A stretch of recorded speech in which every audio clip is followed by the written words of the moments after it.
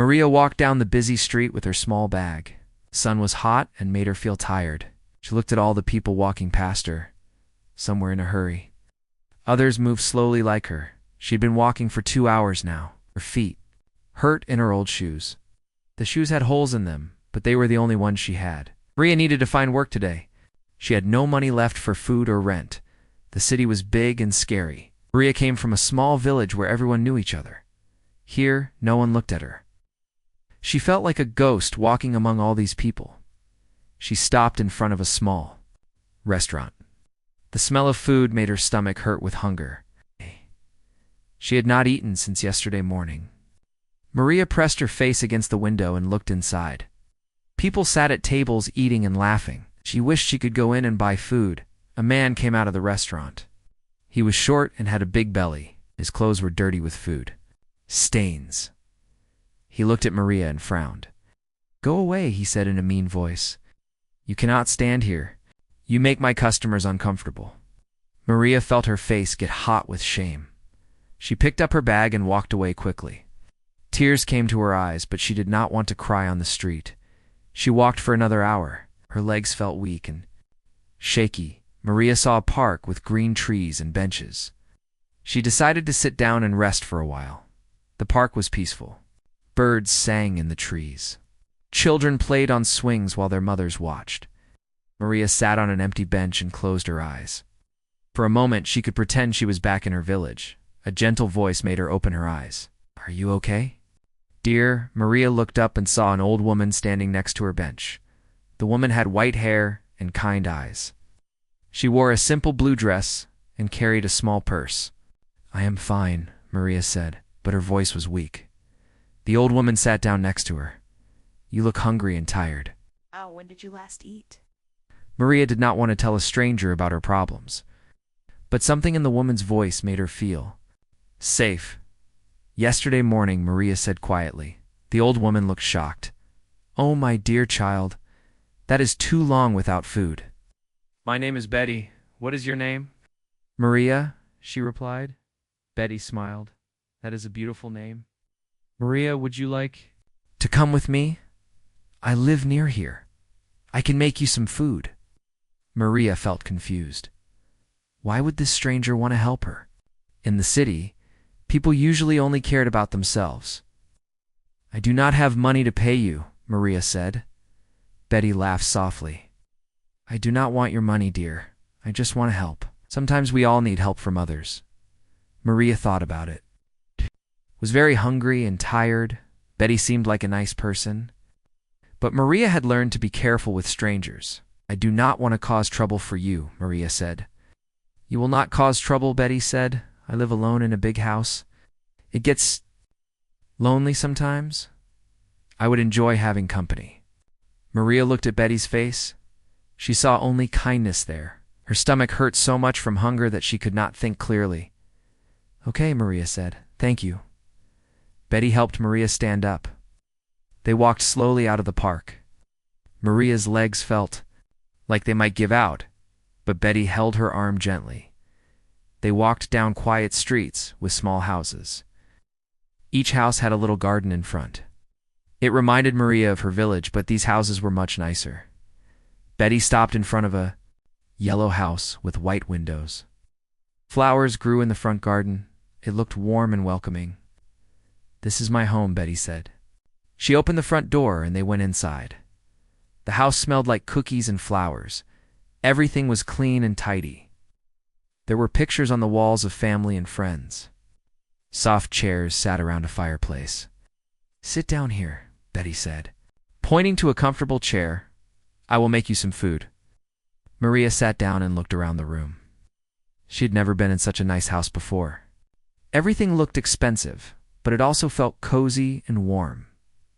Betty came back with a tray of food: ale soup, bread, cheese, and a glass of milk. Maria's eyes grew wide when she saw it all. "This is too much," Maria said. "Nonsense," Betty replied. "You need to eat. Go ahead." Maria ate slowly at first. Then she realized how hungry she really was. She ate everything on the tray. The food tasted better than anything she had eaten in months. Betty watched her eat with a smile. She did not ask Maria lots of questions. She just let her eat in peace. When Maria finished, she felt much better. Her stomach was full and warm. "Thank you so much," Maria said. "I feel like a new person." "Good," Betty said. "Now tell me, where are you staying in the city?" Maria looked down at her hands. She felt ashamed.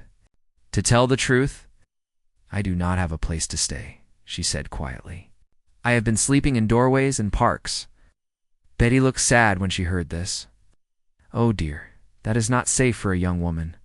How long have you been living like this?" 2 weeks, Maria said. "I came to the city to find work, but no one will hire me. I look too poor and dirty." Betty nodded. "It is hard to find work when you have no address and no clean clothes. It becomes a circle that is hard to break." Maria felt tears in her eyes again. "I do not know what to do. I cannot go back to my village. There's nothing for me there." Betty was quiet for a moment. She seemed to be thinking about something important. "Maria," she said finally, "I have an idea. But first, tell me about yourself. What kind of work can you do?" Maria wiped her eyes. "I can clean houses. I can cook simple food. I worked in my family's garden for many years, so I know about plants. I can also sew clothes and fix things." "Those are all useful skills," Betty said. "I could use help with my house and garden. I am getting old and some things are hard for me now." Maria looked up with hope. "Are you offering me work?" "Yes, but more than that," Betty said. "I am offering you a place to stay while you get back. On your feet, you can have the small room upstairs. In exchange, you can help me with cooking, cleaning, and garden work." Maria could not believe what she was hearing. It seemed too good to be true. "Why would you do this for me?" she asked. "You do not even know me." Betty smiled. "Many years ago, I was young and alone like you. A kind stranger helped me when I needed it most. Now I want to help someone else. That is how kindness works. It passes from one person to another." Maria felt tears of happiness now instead of sadness. "I would work very hard for you. I would not let you down." "I believe you would," Betty said. "Should we try it for a week and see how it goes?" "Yes," Maria said quickly. "Yes, please." Betty showed Maria to a small room upstairs. It had a bed, a chair, and a window that looked out at the garden. To Maria, it looked like the most beautiful room in the world. "Rest now," Betty said. "What are? We can start fresh." Maria lay down on the soft bed. For the first time in weeks, she felt safe and hopeful. Maybe her luck was finally changing. Maria woke up the next morning feeling confused. For a moment, she did not know where she was. Then she remembered Betty and the yellow house. Sunlight came through the window and made the room bright and cheerful. She could smell something good cooking downstairs. Her stomach made a noise, but this time it was not from hunger. She was actually looking forward to eating. Maria got up and looked at herself in the small mirror on the wall. Her hair was messy and her clothes were wrinkled and dirty. She felt embarrassed to go downstairs looking like this. There was a soft knock on her door. "Maria, are you awake?" Betty called. "Yes," Maria answered. "I left some things outside your door. They might help you feel better." Maria opened the door and found a pile of clothes, a towel, and a bar of soap. There was also a note that said the bathroom is at the end of the hall. Maria felt tears in her eyes. Betty was so kind to her. She had never met anyone like this. Before, she took a long, hot shower. It felt wonderful to be clean again. The clothes Betty gave her were simple but nice, fit her almost perfectly. Maria looked in the mirror again and hardly recognized herself. When she went downstairs, Betty was in the kitchen making eggs and toast. "Good morning, dear," Betty said with a smile. "You look much better. How did you sleep?" "Like a baby," Maria said. "I have not slept so well in months." "Thank you for the clothes and everything. You are very welcome. Those were my daughter's clothes from when she was your age. She lives far away now with her own family. I am happy someone can use them."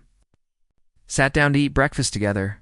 Maria tried to eat slowly and politely, but the food tasted so good. "Betty," Maria said, "I want to start working today. What can I do to help you?" Betty smiled. "I like your attitude. First, let me show you around the house and garden. Then you can decide what needs to be done." After breakfast, Betty gave Maria a tour. The house was bigger than it looked from outside. There were 3 bedrooms, 2 bathrooms, a living room, kitchen, and a small room Betty used for reading. Everything was neat and clean, but Maria could see that some things were hard for Betty to do. The windows were dirty up high, where Betty could not reach. Dust sat on top of tall furniture. Some rooms looked like they had not been used in a long time. The garden was beautiful, but needed work too. Weeds grew between the flowers. Some plants looked sick and needed care. The grass was too long. "I can help with all of this," Maria said. "Where should I start?" "Why don't you start with the garden?" Betty suggested. "It is a nice day, and the fresh air will be good for you. I will show you where the tools are." Maria spent the morning working in the garden. She pulled weeds and watered the plants. The work made her feel happy and useful. In her village, she had always loved working with plants. Betty came outside with a glass of cold water for her. "You are a hard worker," Betty said. "The garden already looks better." "I love this kind of work," Maria said. "Plants make me feel peaceful." They worked together for a while. Betty showed Maria which plants needed special care. She told her the names of all the flowers and when they would bloom. "You know a lot about gardens," Maria said. "My husband and I planted this garden together 40 years ago," Betty said. Oh, her voice sounded sad. "He died 5 years ago. Then, it has been hard for me to take care of everything alone." Maria stopped working and looked at Betty. "I am sorry about your husband." "Thank you, dear. He was a good man. He would have liked you. He always said we should help people when we can." They worked in comfortable silence for a while. Maria felt peaceful here in the garden with Betty. It reminded her of working with her grandmother back in the village. At lunchtime, they went inside. Betty made sandwiches and they sat at the kitchen table. Betty said, "Can I ask you something? Personal." "Of course," Maria replied. "What made you leave your village? You seem to miss it?" Maria put down her sandwich. This was a hard question to answer. "My parents died in an accident 2 years ago," she said quietly. "After that, I lived with my aunt and uncle, but they had many children of their own. I felt like a burden to them." Betty listened without saying anything. "My aunt kept telling me I needed to find a husband or get a job in the city. She said I could not live with them forever, so I decided to come here and try to make my own life." "That was very brave of you," Betty said. "I do not feel brave," Maria said. "I feel scared most of the time. The city is so big and I do not understand how things work here. It takes time to learn," Betty said. "But you are smart and willing to work hard. Those are the most important things." After lunch, Maria cleaned the house while Betty rested. She washed the windows and dusted all the furniture. She mopped the floors and organized things that were messy. The work felt good. Maria liked making things clean and beautiful. She had always been good at taking care of homes. In the evening, they cooked dinner together. Betty taught Maria how to make a chicken dish she had never tried before. They talked and laughed while they cooked. "You are a fast learner," Betty said, "and you make cooking more fun." After dinner, they sat in the living room. Betty showed Maria photo albums with pictures of her family. "This is my daughter Susan," Betty said, pointing to a picture. "She lives in another state with her husband and 2 children. I only see them once a year." "Do you miss them?" Maria asked. "Very much," Betty said. "But I understand they have their own lives. That is how it should be." Maria looked at all the pictures. Betty had lived a full life with many happy times, but now she seemed lonely. "Betty," Maria said, "I want you to know something. You saved my life yesterday. I do not know what would have happened to me if you had not helped me."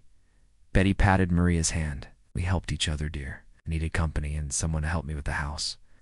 You needed a safe place and a chance to get back on your feet. Oh, sometimes things work out the way they are supposed to." That night, Maria lay in bed thinking about her new life. She had been in the city for only 2 weeks, but it felt like much longer.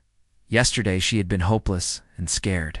Today, she felt like maybe she could build a good life here after all. She thought about Betty and how kind she was.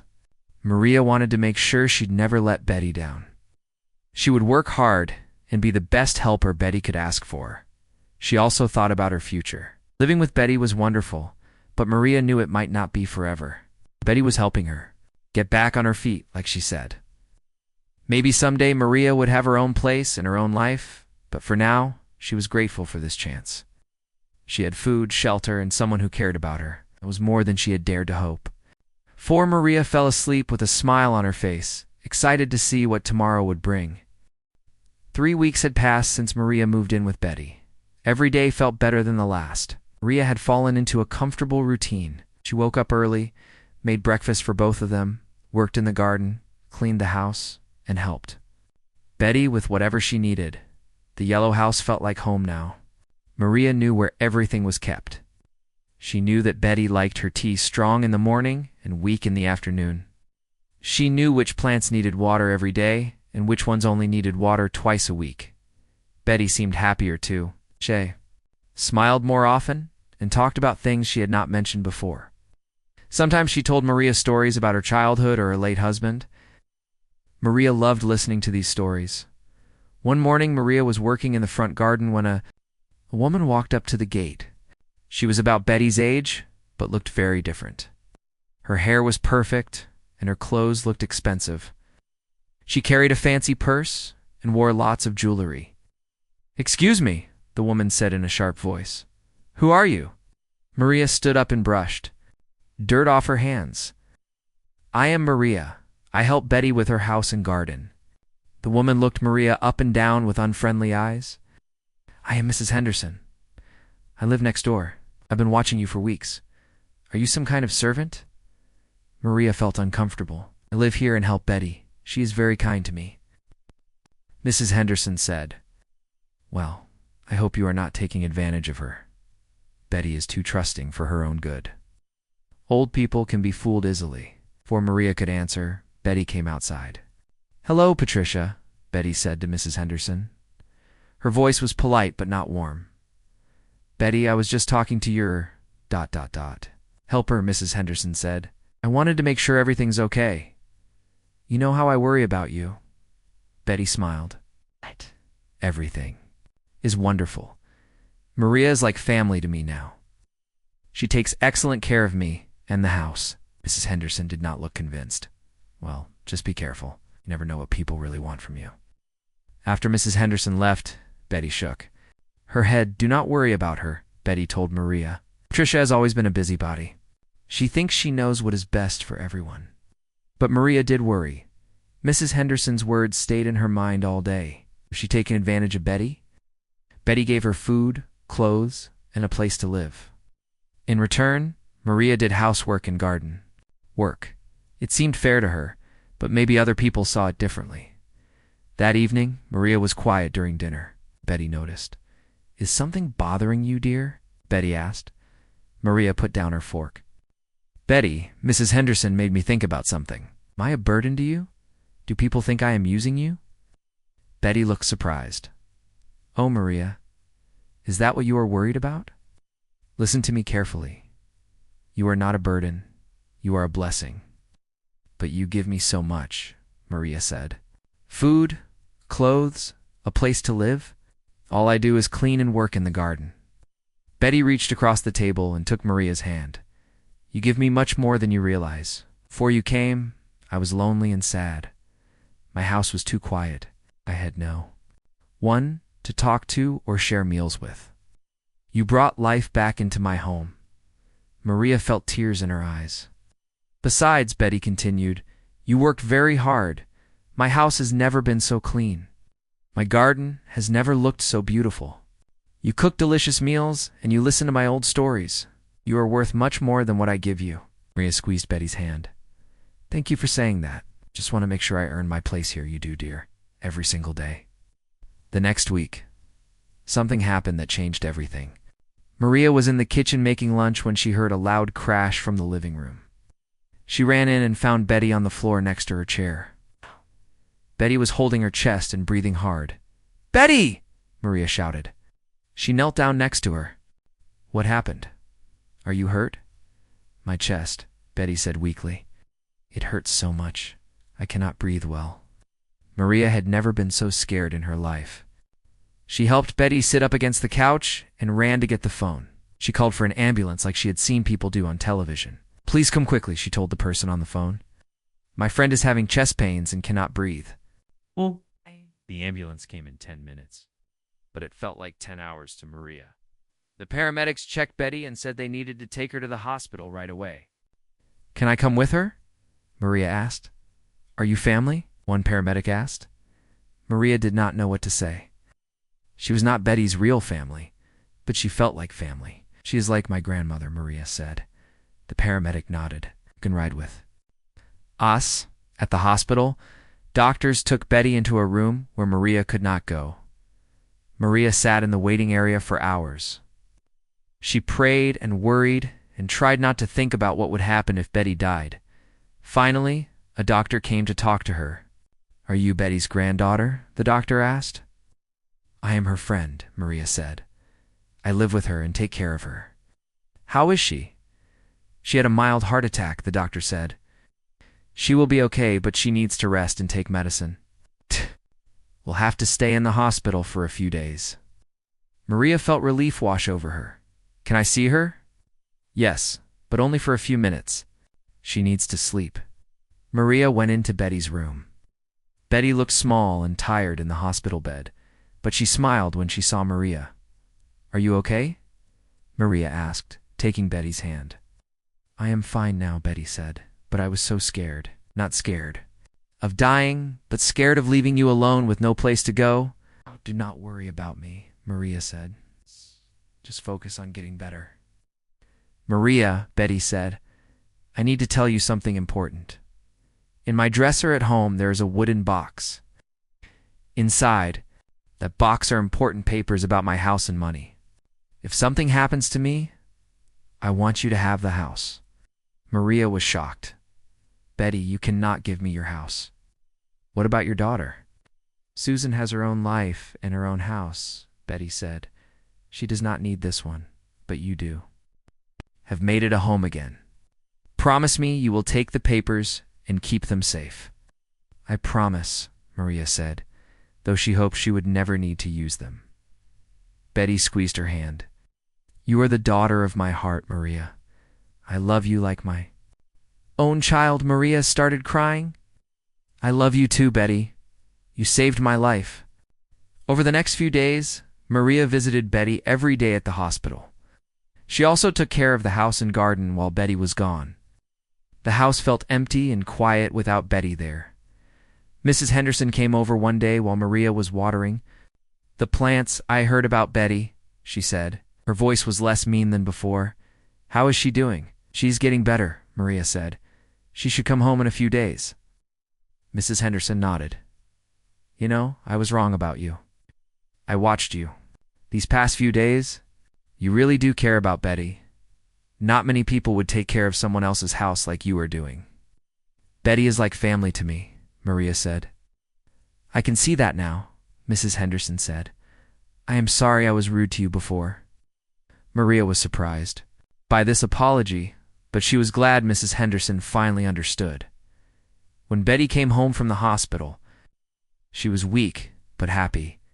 Maria helped her get settled and made her favorite soup for dinner. It is so good to be home, Betty said. Thank you for taking care of everything. This is my home too, Maria said. Of course I took care of it. That night Maria realized something important. She was no longer the scared homeless girl who had arrived in the city weeks ago. She had found her place in the world. She had found love and family with Betty. Most importantly, she had found herself. 2 months passed after Betty came home from the hospital. She was feeling much better, but the doctor said she needed to take things easy. Maria made sure Betty took her medicine every day and did not work too hard. Life in the yellow house was peaceful and happy. Maria had learned to cook many new dishes. Betty taught her how to make pie and bread from scratch. In return, Maria showed Betty some recipes from her village that used vegetables from their garden. One morning, Maria was making breakfast when someone knocked on the front door. Betty was still sleeping, so Maria went to answer it. A young woman stood at the door. She had brown hair like Betty and the same kind eyes. She carried a suitcase and looked tired from traveling. Hello, the woman said. I am Susan, Betty's daughter. Is my mother home? Maria felt surprised and nervous. This was Betty's daughter, who lived far away. Maria had seen her pictures but never met her. Yes, she is sleeping, Maria said. Please come in. I am Maria. Susan came inside and looked around. The house, everything was very clean and tidy. Fresh flowers sat on the table. The house smelled like the bread Maria had baked yesterday. The house looks wonderful, Susan said. Much better than the last time I was here. Maria felt proud but also worried. What if Susan did not like her being here? I will wake Betty, Maria said. She will be so happy to see you. Wait, Susan said, can we talk first? I want to know about you. My mother mentioned you in her letters, but I want to hear your story. They sat in the living room. Maria told Susan about coming to the city, meeting Betty, and how they had been living together. She tried to explain how much Betty meant to her. Susan listened carefully. My mother wrote that you saved her life when she had the heart attack. She saved my life first, Maria said. I was homeless and hungry when she found me. I am glad she had someone with her, Susan said. I felt terrible that I was so far away when she got sick.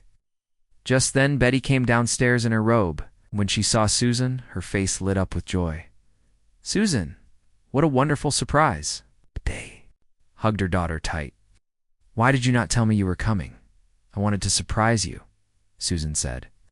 And I wanted to meet Maria. They spent the morning talking and catching up. Suzanne told them about her husband and children. Betty told Susan about all the things she and Maria had been doing together. Maria made a big lunch for everyone. Susan complimented her cooking and asked for some of the recipes. In the afternoon, Susan asked to speak with Betty alone. Maria went outside to work in the garden, but she felt worried. What were they talking about? Was Susan angry that Maria was living here? After an hour, Betty and Susan came outside. Maria, Susan said, I want to thank you for taking such good care of my mother. I can see how happy she is now. Maria felt relief. Your mother is very special to me. I can see that, Susan said. And I can see that you are special to her too. That evening, Susan helped Maria cook dinner. While they worked together, Susan asked Maria more questions about her life and her plans for the future. Do you ever think about getting married or having your own family? Susan asked. Maria thought about it. Sometimes. But I am happy here with Betty. She is like the grandmother I never had. What about work? You want to have a job outside of helping my mother? I like helping Betty, Maria said. But sometimes I think about having my own garden center or flower shop. I love working with plants. Susan smiled. That sounds like a wonderful dream. The next day, Susan said she had some errands to do in town. She asked Maria to come with her. I need help picking out a gift for my mother, Susan explained. They went to several shops downtown. Susan bought Betty a new sweater and some books. But Maria noticed that Susan also seemed to be looking at other things. Maria, Susan said as they walked down the street. Can I ask you something personal? Of course, Maria said. Do you have any identification papers? Driver's license or social security card? Maria felt embarrassed. No, I lost everything when I came to the city. I do not know how to get new papers. That must make life very difficult, Susan said. You cannot get a real job or open a bank account without those things. I know, Maria said, but I do not know what to do about it. Susan stopped walking. Would you like me to help you? Ain't no people who can help you get the papers you need? Maria could not believe what she was hearing. You would do that for me? Of course, Susan said. You are taking care of my mother? That makes you family to me. They spent the rest of the day at government offices. Susan knew exactly where to go and what forms to fill out. She helped Maria apply for a social security card and state identification. It will take a few weeks to get everything, Susan explained. But once you have these papers, you will be able to do much more with your life. That night at dinner, Susan told Betty what they had done. That is wonderful, Betty said. I should have thought of helping you with that before now. I did not want to ask, Maria said. You have already done so much for me. Nonsense, Betty said. We are family. Family helps each other. Susan stayed for one more week. She got to know Maria better. They cooked together, worked in the garden together, and talked about many things. One evening, Suzanne and Maria were sitting on the front porch while Betty napped inside. Maria, Susanna said, I want to tell You something. When I first heard about you, I was worried. I thought maybe you were taking advantage of my mother. Maria felt her heart sink. And now? Now I see that you love her as much as I do, Susan said. Maybe even more, because you are with her every day. You have given her a reason to be happy. Again, she gave me a reason to live again, Maria said. I know, Susan said. That is what makes this so beautiful. You saved each other. Susan reached into her purse and pulled out some papers. I want to give you these, she said. They are legal papers that make you my mother's official caretaker. If anything happens to her, you will be able to make decisions about her care. And if anything happens to me, you will inherit half of her property. Maria was shocked. Susan, I cannot take that. She is your mother. She is your family too now, Susan said. Besides, I have my own life and my own house. I want to know that my mother will always have someone who loves her taking care of her. Maria started crying. I do not know what to say. Say you will always take care of her, Susan said. I promise, Maria said. Always. The next morning, Susan had to leave to go back to her family. She hugged both Betty and Maria goodbye. Thank you for giving my mother such a good life, Susan whispered to Maria. And thank you for being the sister I always wanted. It felt quiet again, but it was a comfortable quiet. Betty and Maria sat in the living room together. I am so proud of you, Betty said. Nice. Susan loves you like a daughter already. I love her too, Maria said. And I love you most of all. We are very lucky to have found each other, Betty said. Maria looked around the living room that had become so familiar and comfortable. 6 months ago, she had been sleeping in doorways and begging for food. Now, she had a home, a family, and hope for the future. She thought about the papers Susan had given her and the identification she would soon receive. For the first time since coming to the city, Maria felt like she truly belonged somewhere. The scared, homeless girl was gone forever. In her place was a young woman with a family, a home, and dreams for tomorrow. 6 months had passed since Susan's visit. Maria now had all her identification papers and felt like a real person again. She could open a bank account, apply for jobs, and do all the things that normal people did, but Maria was happy staying. With Betty, their life together was comfortable and full of love. Betty was getting stronger every day, and Maria enjoyed taking care of her and the house. One morning, Maria was working in the garden when a man stopped at the front gate. He was young, maybe a few years older than Maria. He had dark hair and kind eyes. He carried a clipboard and wore work clothes. Excuse me, he said. I am looking for someone who knows about gardens. My name is David. I work for the city parks department. Maria stood up and brushed dirt off her hands. I know about gardens. What do you need? David smiled. We heard that this garden is one of the most beautiful in the neighborhood. We are starting a community garden project and looking for people who might want to help teach others. Maria felt surprised. Someone thinks our garden is beautiful. Very beautiful, David said. Mrs. Henderson next door told us about you. She said you have made this garden amazing in just a few months. Maria was shocked. Mrs. Henderson had recommended her? The same Mrs. Henderson who had been so mean to her before? What kind of help do you need? Maria asked. We want to start a community garden in the park down the street, David explained. We need someone to teach people how to grow vegetables and flowers. We would pay you for your time. Maria felt excited but also nervous. I've never taught anyone before, Mrs. Henderson said. You are very patient and good at explaining things, David said. Would you be interested in meeting with us to talk about it? I would need to ask Betty first, Maria said. She might need me here. Of course, David said. Think about it and let me know. Here's my phone number. Maria took the paper with his number on it.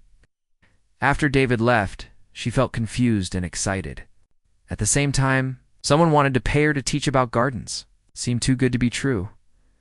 When Betty came outside, Maria told her about the conversation. That sounds wonderful, Betty said. You should definitely do it. But what about you? Maria asked. We'll help you if I am working. Betty laughed. Maria, I am much better now. Do not need someone with me every minute. Besides, You would only be working a few hours a week. Are you sure? Maria asked. I am sure, Betty said. You have a gift with plants. You should share that gift with others. The next day, Maria called David. They met at the park where the community garden would be. It was a big, empty space with good soil and plenty of sunlight. We want to divide it into small plots, David explained. Families can rent a plot for a small fee and grow their own vegetables. But many people do not know how to garden. That is where you would come in. Maria walked around the space and imagined what it could look like. She could see rows of vegetables, flowers around the edges, and maybe a small greenhouse. When would? You want to start? She asked. Next month, David said. We'd need you to come twice a week for about 4 hours each time. We'd pay you $15 an hour. Maria did quick math in her head. That was more money than she had ever made before. She could save some money and maybe start planning for her own future. I would like to try it, she said. Great, David said. I will call you next week with more details. Maria went home feeling excited. She had a real job with real pay. She could not wait to tell Betty. But when she got home, she found Betty sitting in the living room with a worried look on her face. She was holding a letter. What is wrong? Maria asked. This letter is from the city, Betty said. They want to tear down our neighborhood to build new apartments. They say all the houses here are too old. Maria felt her heart sink. What does that mean? It means we might have to move, Betty said. They're offering to buy our house, but not for very much money. Maria sat down next to Betty. She felt scared and angry. This was their home. How could someone just take it away? What can we do? Maria asked. I do not know, Betty said. The letter says we have 6 months to decide. That night, Maria could not sleep. She kept thinking about losing their home. Where would they go? What would happen to their garden? About her new job? The next morning, Maria called Susan to tell her about the letter. Susan was very upset. Cannot just force you to sell, Susan said. There must be something we can do. The letter says we can fight it, but we would need a lawyer, Maria said. Then we will get a lawyer, Susan said. I will find one and pay for it. That house is my childhood home. I will not let them take it without a fight. Over the next few weeks, Susan found a lawyer who specialized in fighting the city when they tried to take people's homes. The lawyer said they had a good chance of winning if they could show that the neighborhood was worth saving. We need to prove that this is a healthy, active community, the lawyer explained. We need to show that the houses are in good condition and that people want to live here. Maria had an idea. What if we could show them the community garden project? It proves people want to improve the neighborhood. The lawyer thought that was a good idea. Do you know other neighbors who would be willing to fight this? Maria thought about Mrs. Henderson and some of the other neighbors she had met. I think so. Let me talk to them. Maria spent the next week visiting neighbors and telling them about the city's plan. Most people were upset and wanted to fight back. Even Mrs. Henderson was angry. I have lived in this house for 30 years, Mrs. Henderson said. I am not going to let them push me out now. They organized a neighborhood meeting at Betty's house. 20 people came, including David from the Parks Department. The community garden project is part of a larger plan to improve this neighborhood, David told everyone. The city should be supporting areas like this, not tearing them down. Maria felt proud to be part of this group of people fighting for their homes. She realized that she was not just fighting for Betty's house anymore. She was fighting for her own home too. The lawyer helped them organize a petition to give to the city council. Maria helped collect signatures from people all over the neighborhood. Many people signed it and said they wanted to save their community. Meanwhile, Maria started her job at the community garden. She loved teaching people about plants and watching them get excited about growing their own food. Some of her students were children who had never seen vegetables grow before. Others were older people who wanted to learn new skills. One of her students was a young woman named Rosa who had just moved to the city from another country. Rosa reminded Maria of herself. When she first arrived, scared and trying to learn how to live in a new place, I never thought I could grow anything, Rosa said after her first week of classes. But look at these tomato plants. They are growing because of what I did. Maria smiled. You have good hands for gardening? Do not give up on yourself. Teaching. Rosa and the other students made Maria feel useful and proud. She was helping people learn skills that would help them for the rest of their lives. At the end of each day, Maria went home to Betty and told her about her students and what they had learned. Betty loved hearing these stories. You are becoming a real teacher, Betty said. I am so proud of you. I learned everything from you, Maria said. You taught me that helping others makes you happy. The fight to save their neighborhood was getting harder, but Maria felt stronger every day. She had a job she loved, a home worth fighting for, and people who believed in her. No matter what happened, she knew she could handle it.